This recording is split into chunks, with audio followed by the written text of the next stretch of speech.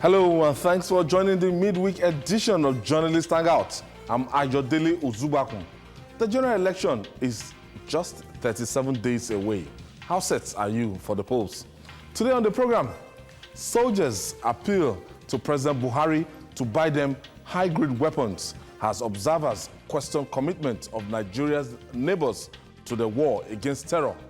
Buhari vows to campaign for the All Progressive Congress candidates as Amosu Akinlade visit Aso Rock. And later on the show, federal government promises transmission of new minimum wage bill to the National Assembly by January the 23rd, as Labour says no implementation, no 2019 elections. I'll be hanging out with Babajide Kolade Otitoju and Adekunle Yusuf. So if you are ready, let the hangout start now.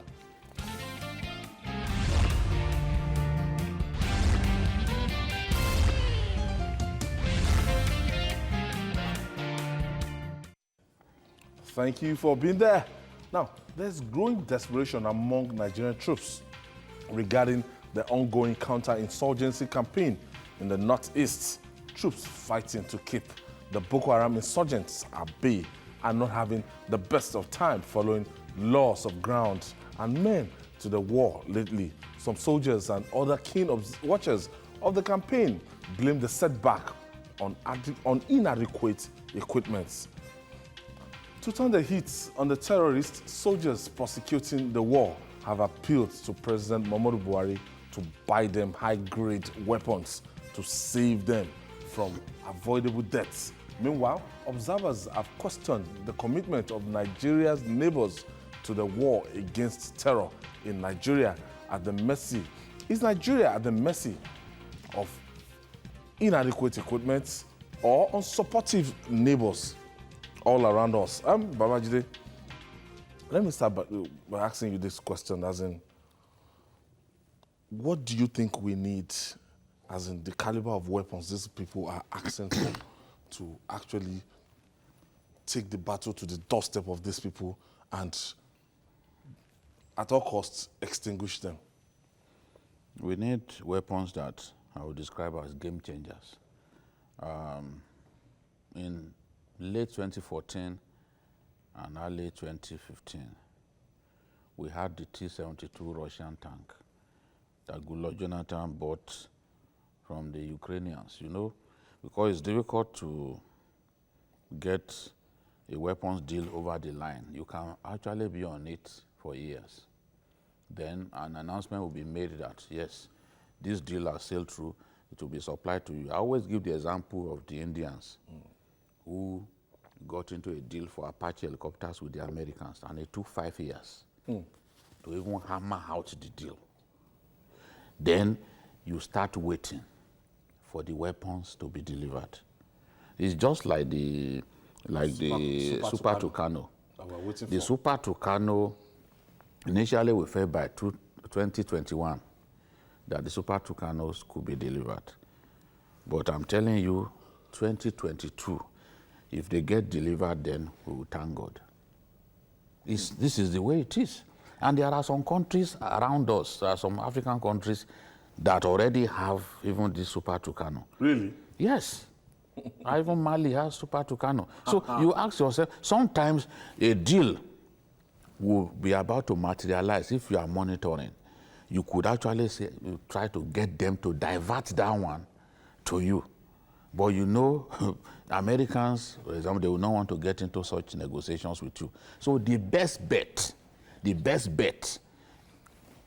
when you are desperate is to go to the black market.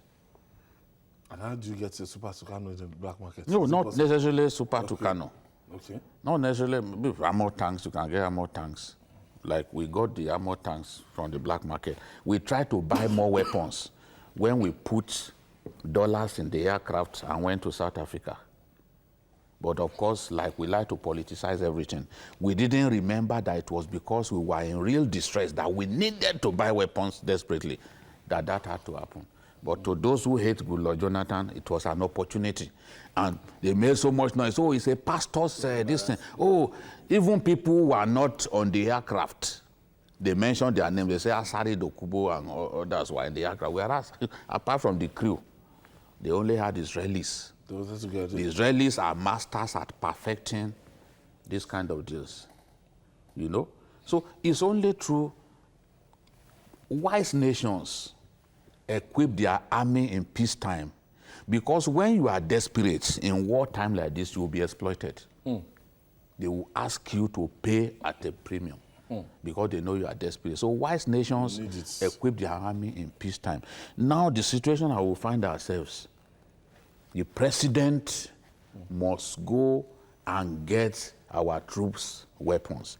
I've had arguments from people on Facebook and social media where Nigerians who do not seek knowledge try to play the know-all.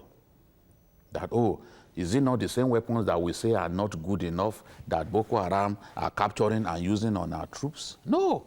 We are saying that the kind of weapons that our troops need are not even the kind of weapons that we are talking about. The world is now a computerized, we are now in a computerized age. We don't need T-15 tanks that were made between 1921 and around 1937. No, those that have been decommissioned. The world has moved beyond. We are using Alpha Jet today, thanks to the Chief of Air Staff, who in my view is the best Chief of Air Staff of his generation. He has gone, he's refurbished the Alpha Jets that were decommissioned more than 20 years ago. You can't get the spares. It is our own engineers here that are fabricating spares for Alpha Jets, just for us to continue to use those Alpha Jets. Those Alpha Jets are useful. We use the Alpha Jets to chase Yahya Jammeh away from power in Gambia when he was not prepared to leave office. And our Nigerian Alpha Jet flew low over his residence. They didn't tell him when he quickly picked his phone and called the president. He said, I want to talk, sir. That was how Yahya Jammeh left Gambia. So they are still useful. But we are saying that the game changers get the army a T-90, for example. The T-90 main battle tank was used during the war, the Gulf War. T-90 main battle tank? Yes, Russian made. Because if you say, oh, you want to go American, you can get the M1A1 Abrams or the M1A2 Abrams. But of course, we all know that Russian weapons are tailor-made for our kind of climate, and they are very durable. So, and then the MRAP, that's what is called the MRAP. MRAP, the acronym means Mines Resistance and Protection. With the MRAP, when you step on an IED, troops don't die. It is only the tire that gets punctured or destroyed. In fact, the Chief of Army Staff was saying he would like to have me ride in his MRAP. And I think that is an honor because I'm not afraid. That will be an honor to take a ride in the MRAP of the Chief of Army Staff. With the MRAP, you are able to save many troops. Yes, we have a few of them in Pulka, in Malam Fatori, but we still have issues, we don't have enough. So it's the game changers that we are talking about, because those game changers protect your troops, yet they inflict maximum damage on the enemy. So if we can go for those weapons, I'm telling you, if there are like 15 vehicles here, gun trucks that you want to destroy, with the T-90 will tag all the vehicles, and with one shot, they are gone. That's the sort of weapons we want. The other part of it is that some of them would also morale in terms of what you give to them, their compensation. I'm sure Jide met with some of them, and the allowances they get when they are facing that kind of the insurance back home. We've seen soldiers, we've lost a lot of NDA graduates, young officers, second lieutenants, captains, major, lieutenant colonels. We've lost a lot of them. We can't start, young men. I'm sure you can see those ones that died in the last crash, 27-year-old, 20-something-year-old young men. So in terms of motivation, I think President Muhammadu Buhari needs to do something in that regard. If you follow the Americans, the President of America, by convention, at certain holidays or certain times, you will need to fly to dangerous zones, you just appear unannounced. Yes, yes. When you don't do it, the public will be grumbling.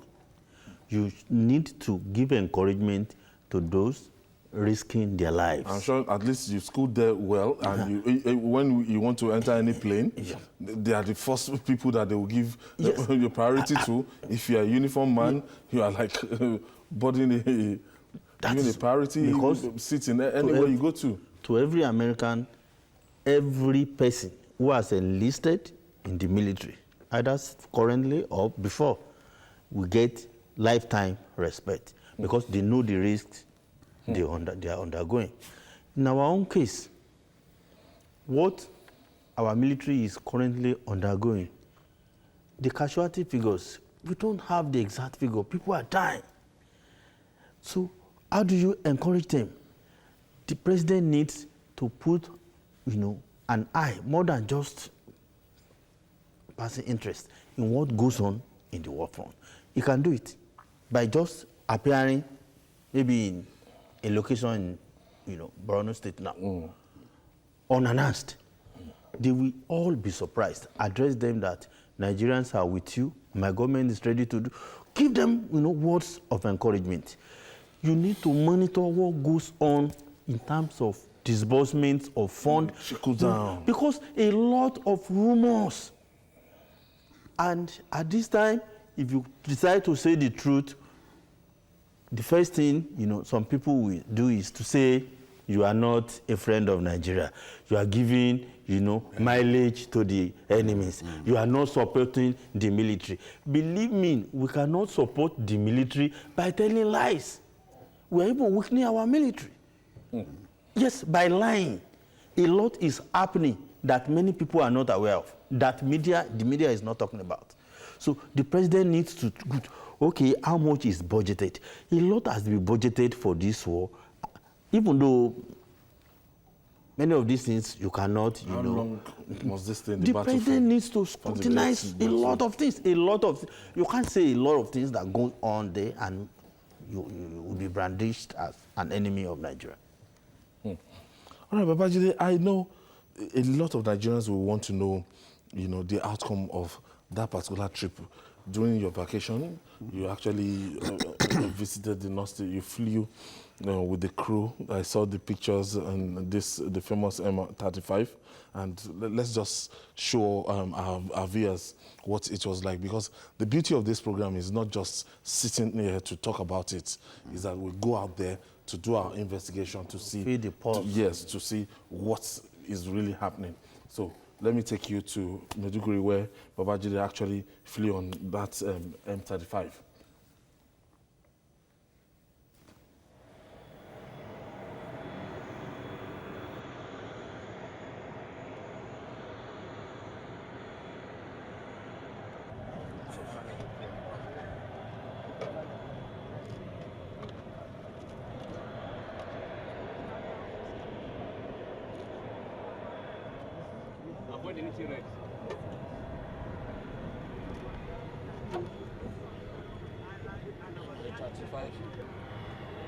The nightmare of Boko Haram terrorists. It's a privilege to get into the cockpit of this amazing ground attack helicopter. It serves its own brand of justice. The Boko Haram terrorists in cross our 4 Boko Haram gun trucks destroyed. And that's why we are happy with this amazing machine.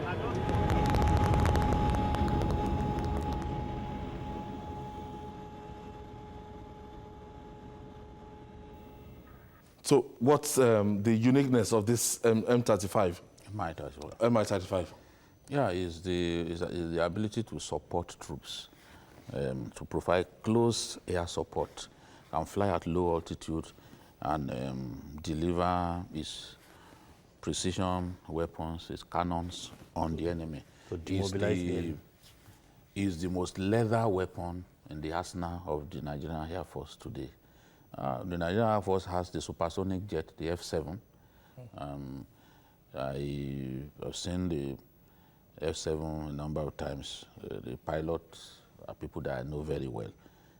Yes, when it comes to delivering precision-guided weapons. The F-7 does that, and it does that in a jiffy.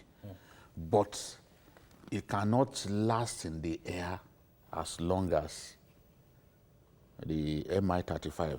The Mi-35 will stay with you, support the ground troops, and fight. Like how long? Yeah, it depends. Okay. You see, Boko Haram, as I said yesterday, they don't like long battles. They don't like to be stretched for hours. Okay. So what they do, most cases, 45 minutes, they are through with you. They've taken your base, and Usually 1 hour. or they are gone. Okay. If they can't take the base, they run away. If they see that you are giving them. So in Damasak, where the Mi-35 came down, you need to see the pictures.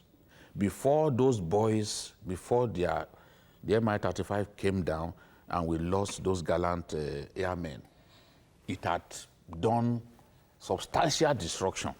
As in they finished. It killed these guys, destroyed the gun trucks that they brought. That is what it does, because being able to fly low, it can deliver weapons with accuracy.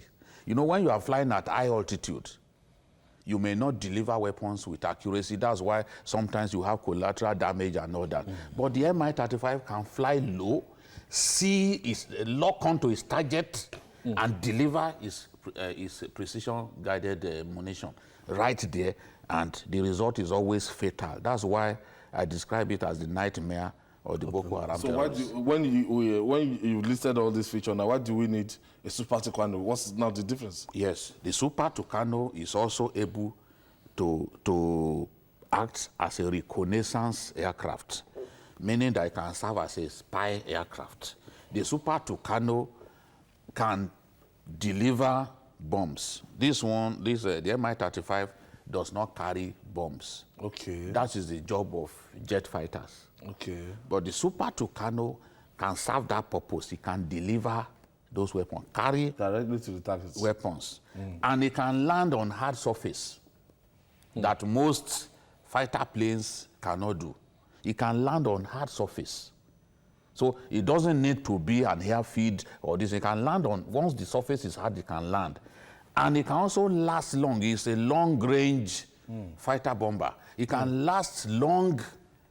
When you have a long-drawn fight, you rely on the Super Tucano because it doesn't need refueling for a long haul. So it can last in long-drawn battles. It is useful to you. It will continue to deliver its own justice to the enemy without needing to quickly refuel. Most of those supersonic jets and the rest, they cannot fly, they cannot be airborne for so long without needing to refuel. Refueling. So that is one advantage, and it is tailor-made for our kind of environment. Because I asked the Chief of Air Staff, I said, why are you not asking for the F-16? Because I want to show our viewers again, you flew on one of the Air Force spy aircrafts, scanning the area for movements of Boko Haram territory. As in this terrorist, this Air Force spy. I think it's good my producer should just...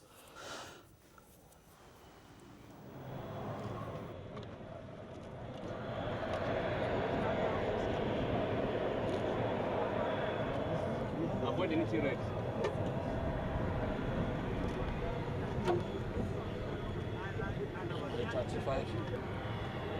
The nightmare of Boko Haram terrorists. It's a privilege to get into the cockpit of this amazing ground attack helicopter. It serves its own brand of justice. The Boko Haram terrorists in cross our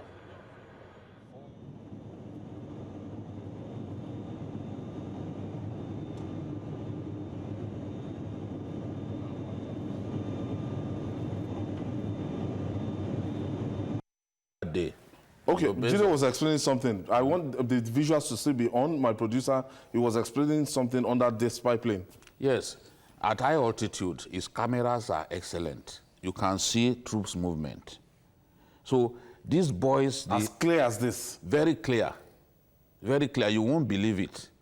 It's so clear. So you can see Boko Haram men inside Sambisa. Any movement. And it will be, yes, it will be taking shots of them, it will be recording shots of them. So if there is any threat to the Nigerian army, they can quickly send a message that, look, these guys are somewhere, so you have to be careful.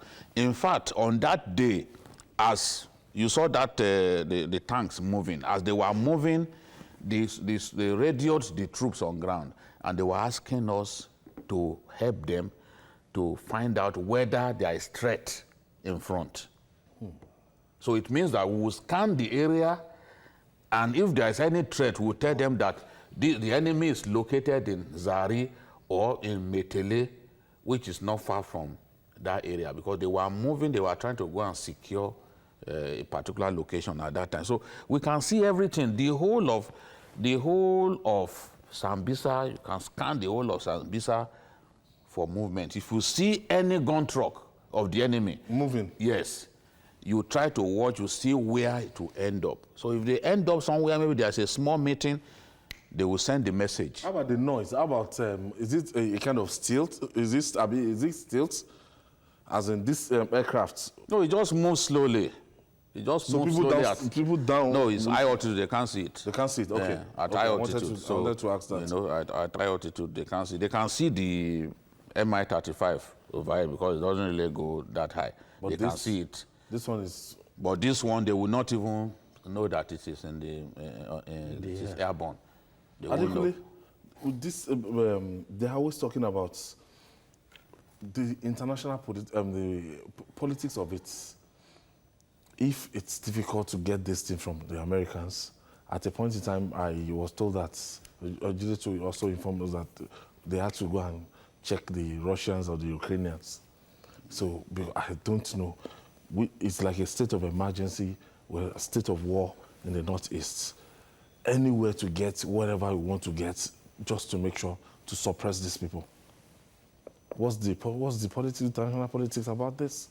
Well, there is always international politics, particularly because all these complaints, some countries always, rely on these complaints that you are abusing human rights, you are using this against Shiites, you are using it against civilians. And say we should go for people that are not aligned with Americans. Of course, you can go to the Russians. If Americans are trying to play games, you can go to the Russians.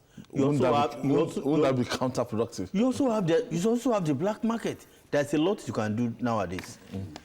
In fact, beyond the Russians, you can also do business with the Chinese.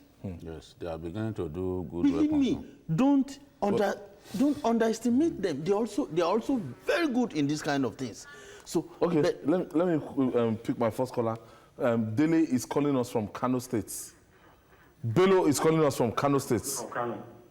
Bello, thank you for joining us. I think the discussion is a very good discussion. And yesterday I wanted to call, I was able to call. What I want to say is that it is high time Nigeria seeks international help. You understand?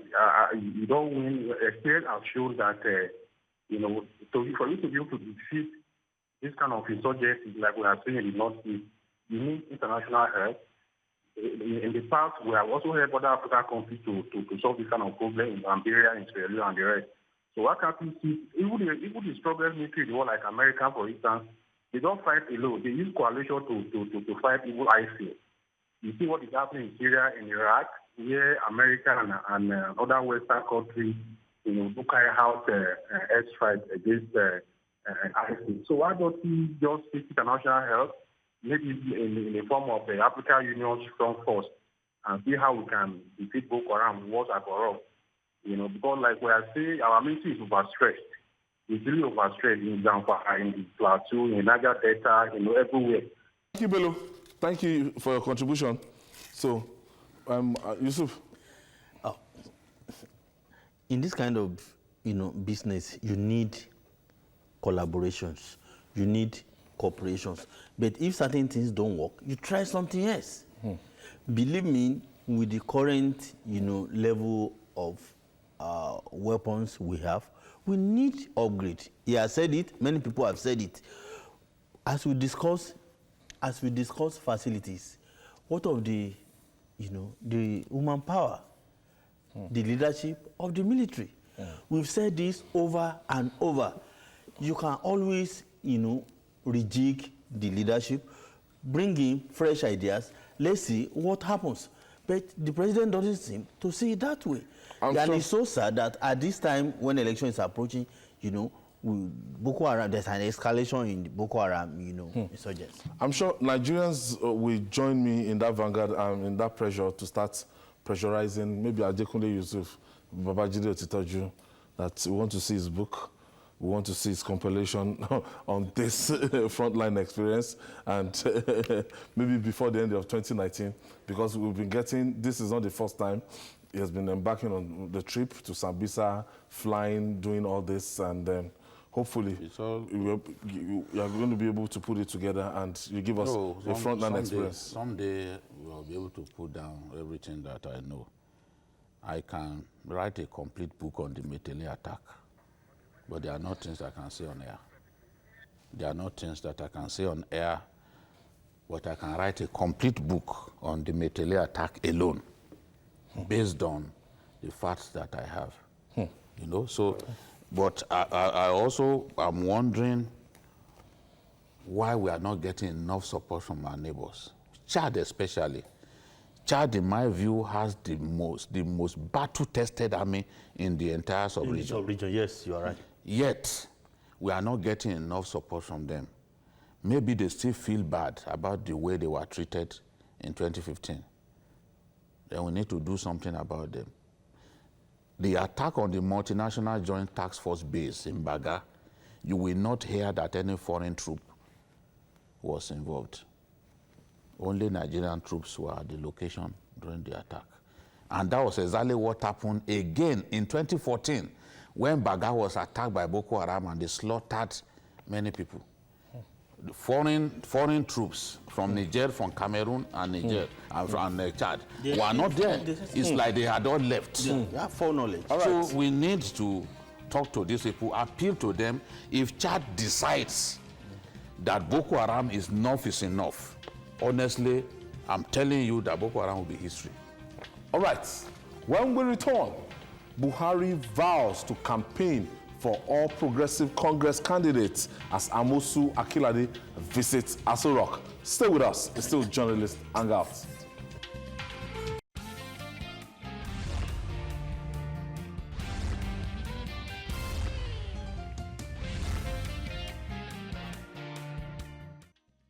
Welcome back. This is Journalist Hangout. We are reaching you from the television station of the year, and this is Journalist Hangout. In politics, the more support a politician gets, the better his chances of becoming victorious in elections. Hence, the desire of politicians across the various climes to cut. With the 2019 general election inching closer, Nigeria's president and candidate of the All Progressive Congress, that's APC, Muhammadu Buhari, is getting more support in his bid. And he has not discriminated against where such comes from, but in the wake of a visit by the Ogun State Governor Ibukile Amosu and his protege, that's Adekunle Akinlade, governorship candidate of the Allied People's Movement, APM, Buhari has vowed to stand by his party, the APC. He says, as the party leader, the APC presidential candidate, he will campaign for the party and all its candidates across, the nation in its election. I saw that picture, Babajide. This is a big contradiction. Since 1999, I've been following Olusegun Obasanjo. If you are not in Olusegun Obasanjo's party, and before and after election, you are like an enemy. As in, maybe after the election, you guys can sit down at the same table, but if you are not in his party, he uses everything he has against you. I don't know of Yaradua, I don't know, but Yaradua is a gentleman, but good luck to at least exhibited a level of loyalty and party discipline. But from what we've seen so far, we've seen the chairman of the Allied People's Party, I've forgotten the name of the seeming obscure party, Allied People's Movement. I've seen the chairman in the villa coming to endorse Mr. President. Oh, that's enough. After, we also saw Aremo Olusegun Oshoba taking Dapo Abiodun, the candidate of the APC, to the same place and saying, this is Mr. President's candidate. I got confused when I saw that picture. The day before yesterday, Babajide, what kind of politics is Muhammadu Buhari playing? You know, everyone says that the president is not a politician. He has integrity. He is a straightforward person and all that. He says it as it is. Yes, he has plenty of those qualities, but he's a very poor politician. And even in this game, to succeed and to have consistency of success, you must also be a politician and must be a good one. As a politician, Buhari is a poor politician. As a statesman, as a leader, he's a good man. Integrity quotient, he has it in abundance. You cannot argue about that until you are able to bring to us cast iron evidence that Buhari is a looter. That reputation of his as a man of integrity will stay. But as a politician, no, he's not a good politician. I do not, for some of his actions, he keeps what he wants to do in his heart. But a leader must also directly get the message across to his people. Let them know that this is where you stand. We saw before the election in Adamawa, the younger brother of the first lady, the wife of the president. He took his nomination form to the president. Both of them snapped. And they smiled. And they smiled. People said, oh, is Buhari going to force his candidate on Adamawa? All through the wahala that young man had with Bindo and the rest of them, the president never uttered a word. He didn't get involved. Fine, I like that. But in this case, the party, the APC, has chosen a candidate. They had crisis. I cannot sit here and say Amosun was wrong to get angry because I do not even have all the facts behind his current anti-party posture, because this is clearly anti-party posture. The sort of anti-party posture that I've not seen anywhere. In any political party since I've been following politics in our country, in the Awolowo years, as a little boy, I've been following politics. This is unprecedented. That someone clearly who is working against his own party, the president continues to give him audience. Every week, every day. If he likes, tomorrow he can wake up and feel like going there. He goes there, he sees the president. He sees the president with a monotony that is rare. Yet, the president cannot get him to toe the party line. If you respect the president so much, and the president has said that he is supporting the candidates of his party, I would want to believe that Ibikunle Amosun would, for the respect that he has for the president, party say, okay, and party supremacy, however, then back the candidate of his party. But he's not backing the candidate of his party. He has said he's going to work against... And he's taking the candidate of his second party. He has two parties now. The party by which he wants to actualize a governorship ambition. Which the governorship ambition that Amosun wants to actualize is to see AAA, Akinlade, become governor of Ogun at the expense of Dapo Abiodun, the candidate of APC. The second ambition is to become senator once again, is to get to the Senate once again on the platform of his second party. So Amosun has two political parties. He's probably one of the few Nigerians privileged to belong to two political parties. The president can see this. Instead of telling him, look, until you toe party line, you and I will not resolve our differences. Go and work with our party. The president has not done that. They continue to smile at each other. They snap pictures. They put 8 fingers up. I think that's the latest. So that's the latest. So the people are confused. Ogun State election will be very, very dicey. I don't think anyone who will win that election will score more than 30% of the total votes. And in a difficult election, the president ought to get Amosun to support the choice of his party as the party leader. Because you don't joke with things like this. You are the party leader. You have to put your foot on the ground that Ibikunle, you are my long-term friend. But on this, we are going to quarrel. The president say he will support he will campaign for candidates of his party. All the candidates. How many of them can he campaign for?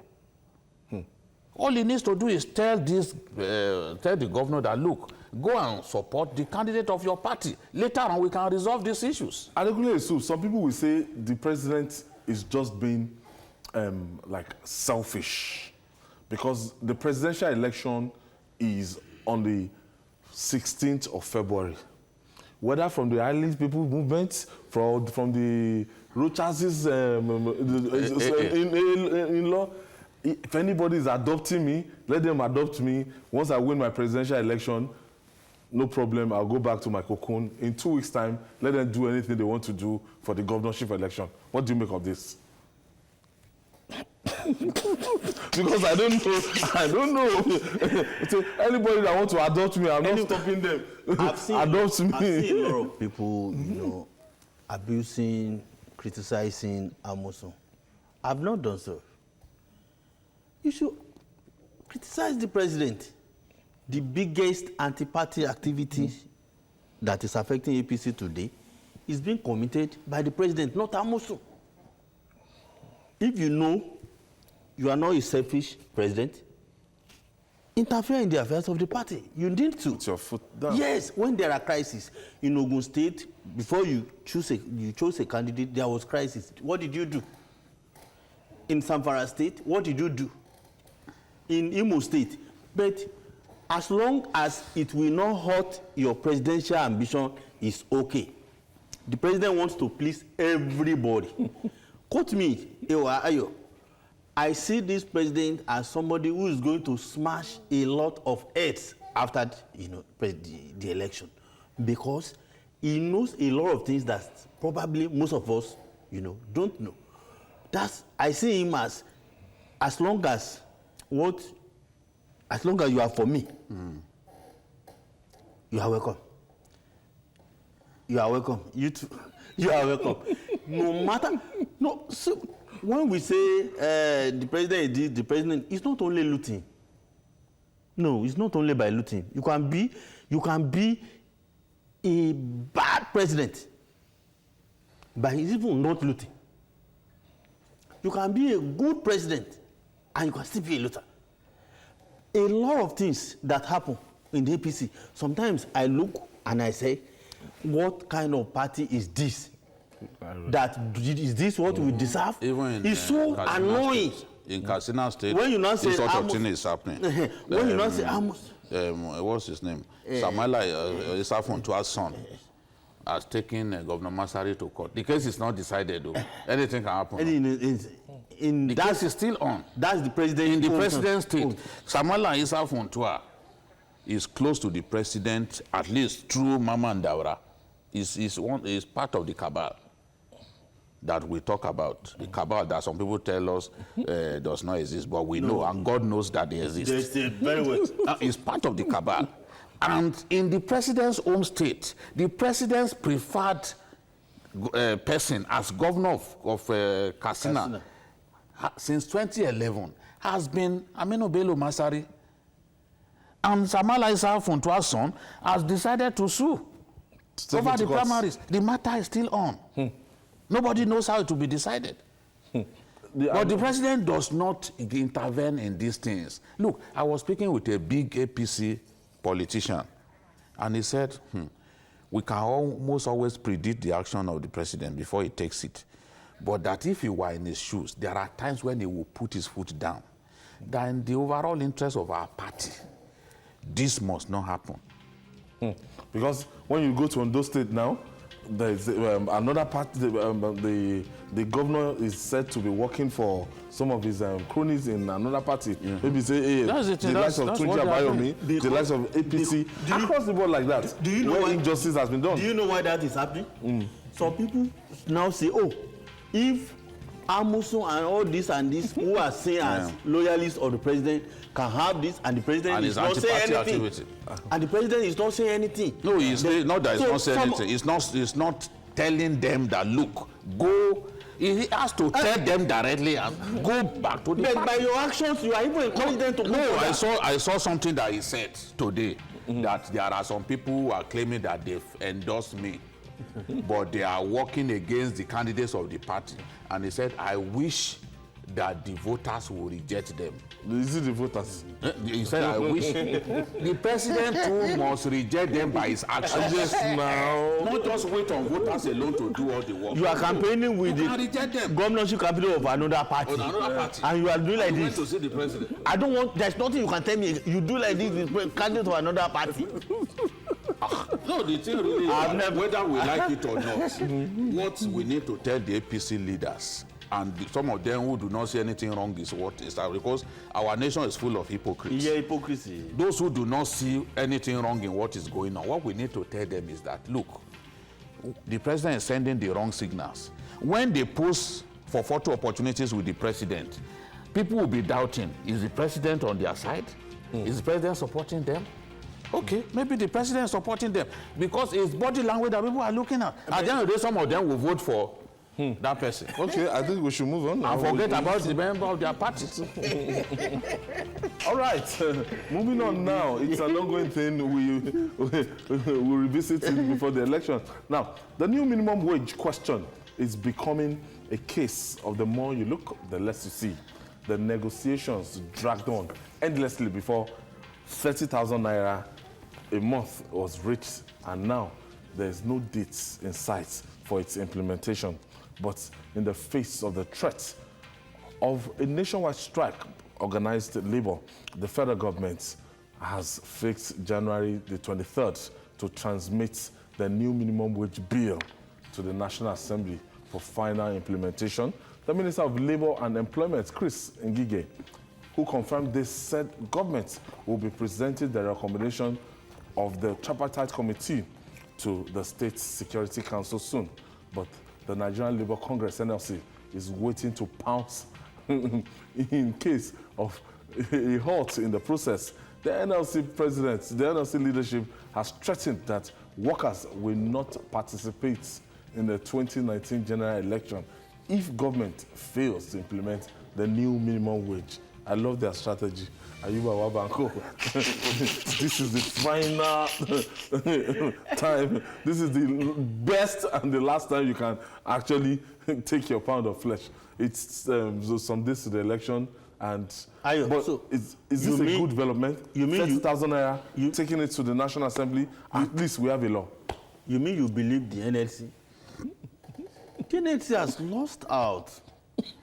Has boxed itself, yes. Don't think of NLC of yesteryears and this, lame dog. I'm sorry, I don't want. They are not two different. The labor in this one has lost out. How? Okay, you say you want to transmit whatever you arrive at to the National Assembly. Yes. On what date? Later this month, when you have days before the election. Yeah. At And that the Council time, of States fixed a meeting. Don't forget that the election of Mr. President and the National Assembly, come on the same day.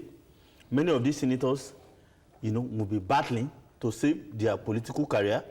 Many of them will be in their state. Then, even if the Deliberation on. So who will decide? They can convene. No. They can convene the House for that purpose. Yeah, That's a matter of national importance. I would like to see it, but we have discussed this matter many times. I'm 100% sure there is nothing like minimum wage before the election. It will be after the election. It's impossible. There is no way. The Labour has lost out. That's Adekunle Yusuf predicting it. Not before. It's after the election. It's after the election. Well, it's obviously. Let's see what happens when Jide, obviously, if the election is 38, 39 days, and even though you have, in clear times, it's deliberated upon the implementation and everything, it might not be anything but after the election. Let us even see what will happen when it's transmitted. Nobody has the right to tamper with that figure of 30,000 naira. After the tripartite committee had come out with its report, nobody, Then what is delaying? nobody has the right. You see, whether they like it or not, they will pay a minimum wage because it's a constitutional matter. It's a constitutional matter. When that constitution was written and it was said that the minimum wage, there will be a new minimum wage after so number of years. It means that you must implement it. I think 5 The years. president before President Muhammadu Buhari implemented it. And I'm sure the president is ready to implement, but the issue is largely with the governors. Now even the president is saying that they want him to print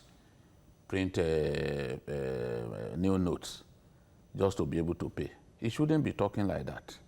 Because this same administration had boasted many times and affirmed its desire to give the workers a new minimum wage. So the president begins to talk about, oh, they want me to go and print new notes to be able to pay wages. That means he's saying indirectly that he does not want to pay.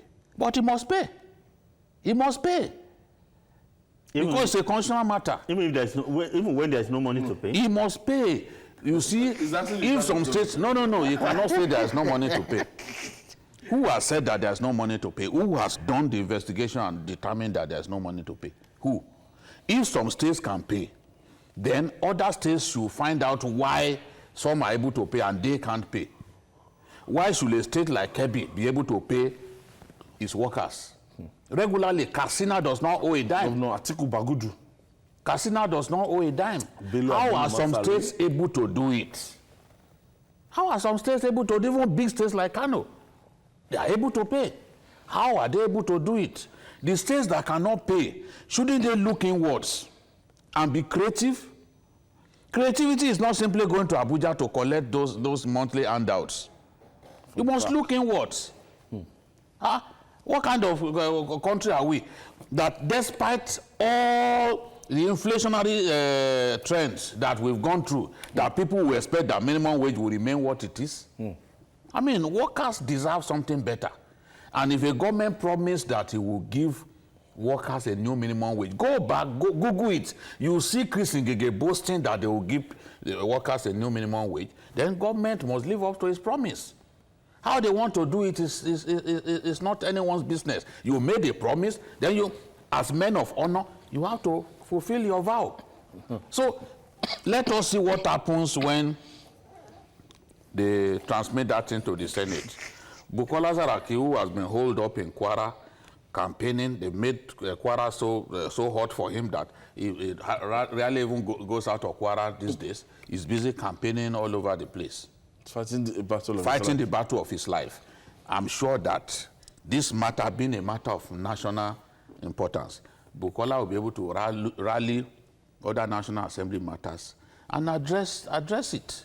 Even in moments of recess, if there is a matter of national interest, they can end their recess temporarily to go and address the matter. When they address this other matter the other day, some of them were in Saudi now, but they still managed to address it. So that is the thing. When we get to that point, to call a strike is not difficult. January, if we get to January 23rd and nothing happens, Labour knows what to do. Adekunle Yusuf, I'm afraid some states will have to go bankrupt if this thing is implemented. Yeah, I won't go bankrupt. We have suggested to states that they can look at the workforce. A lot of these states that can pay 18,000. A lot of them are carrying overbloated and redundant workforce. That is what we are not talking about. Why must you carry a redundant workforce? When Tinubu became governor here, did he not let some workers go? when he saw that he needed to right-size the civil service, and he did it. But because people don't want to lose election, they are reluctant to do it, and they will now say they cannot pay. You don't need all those workers that you are keeping in those states. You don't need them. The example of Osun came to my mind. The government there didn't sack anybody and came up with, I think, modulated salary. What happened? Criticism every day, to the extent that some people say it's only 5 months, it's only 10 months. They call them Babafusa. And at the time, it was Really? only, yes, at that time, it was only Governor Adegbeshola who had the truth. All of us, nobody knew the truth, because if you call this worker, they will say, I'm giving you 3 months. The other will say, so you didn't know anything that was right. But at that time, somebody like me, I expected that the right thing should have been right size. Keep the number of children you can cater for. How do I keep you? If you go to many of our states, go to the secretariat, ministry, you think it's a marketplace. What do you think many of them are doing? Don't need all of them. Believe me, many of them are just not useful for anything. But when politicians come to office, they want to make people happy. They give employment all over here and there, When they're leaving office, without thinking about the implications economically for the future. Now, if you have people who are very sound in terms of financial re-engineering, what you should do, please right size the number of people that is good enough for the job you want to do. It's okay. Pay them off and let the crisis come once and for all. Instead of a recurring crisis every day, every day, every day. All our states, almost all the states need right sizing. Yes. The labourers will cry, yes, but when you are paying, but when you are sacking people, believe me, you are paying them the entitlement. That, sorry, I can't give this. This is what I can do. So you have to choose one of the. Then our governors too, we need to show example. The lifestyle they show us outside, they don't show the frequent trips abroad and all that. Believe me. The organized private sector is complaining. It's not happy with the federal government about this delay in implementing the new minimum wage. They too want to, because they know that the minimum wage is a constitutional matter. They too will have to look within. That to pay this, what do we do? Profits will go down, but we'll be able to pay by doing some financial and economic engineering. So they are waiting to do that. But it is the government that is delaying the implementation. Because to arrive at this figure of 30,000, the organized private sector was involved now. They were involved. Labor was involved, and then federal government representing the governments, including the states. Yes. So now, these people are ready. The federal government is not ready, and they are saying this is wrong. You need to implement this thing so that we move on. We leave this matter behind. I will not be surprised later this month for the executive to now start, because this executive loves to, trade, blames, to now start saying that it's the National Assembly or it's whatever. When did so even the president used the word that labor was recruited. When did as if it's not their rights to ask for minimum wage. When did the tripartite committee, when did they submit their recommendation? What are they doing ever since? Adekunle Yusuf, I want to thank you. Thank you very much. Thank you for being part of today's program. Yes. And Babajide, that book General Ibrahim Babangida asked you to write. Don't forget. We are still on your neck. I'll try and write it before the general dies. Yes, so. The general should write. And that's it on Journalist Hangouts. Join us tomorrow for another interesting episode of the program. You can also watch Journalist Hangouts on our platforms showing on the screen. We are also on YouTube, youtube.com/TVC News Nigeria. Our feedback channel is Journalist Hangouts at tvcnews.tv. I'm Ayodele Ozubaku. Bye for now, and God bless Nigeria.